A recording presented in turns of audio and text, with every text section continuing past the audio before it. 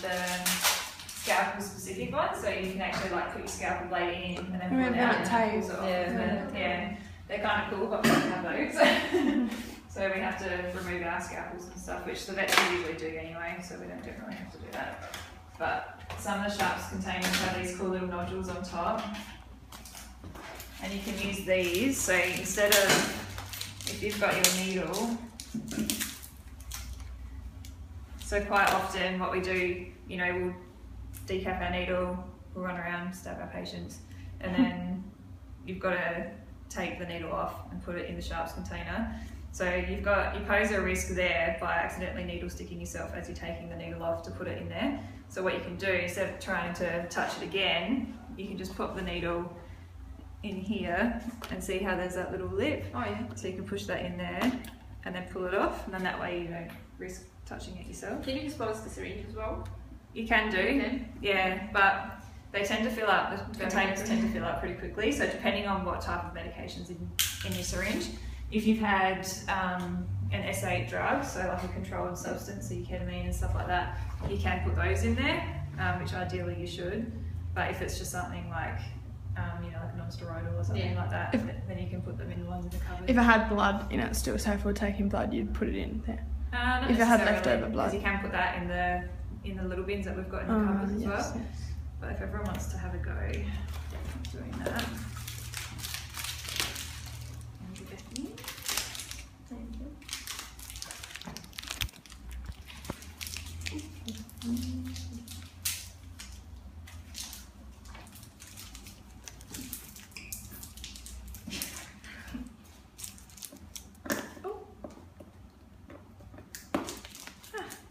It's easy.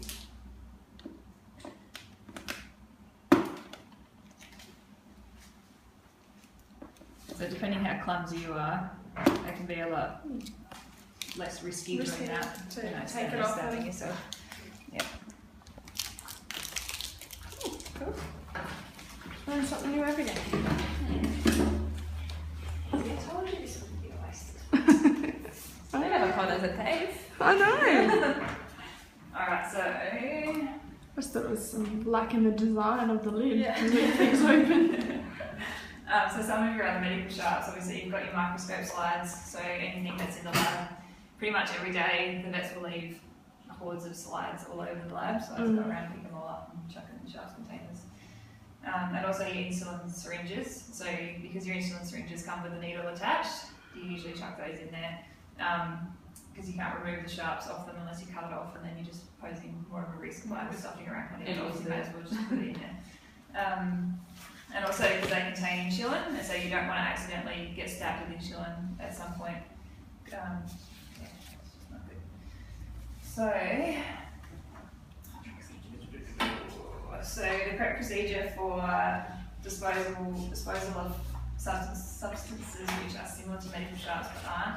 So generally, have you guys heard of MSDSs, the material safety data sheets? Yeah. Yep. So pretty much every drug and every chemical that we have will have one of those.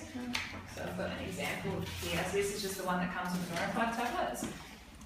And on the sheets there'll be a little bit of information down the bottom that says how to dispose of that particular product. So depending on what type of product it is, it depends on how you dispose of it.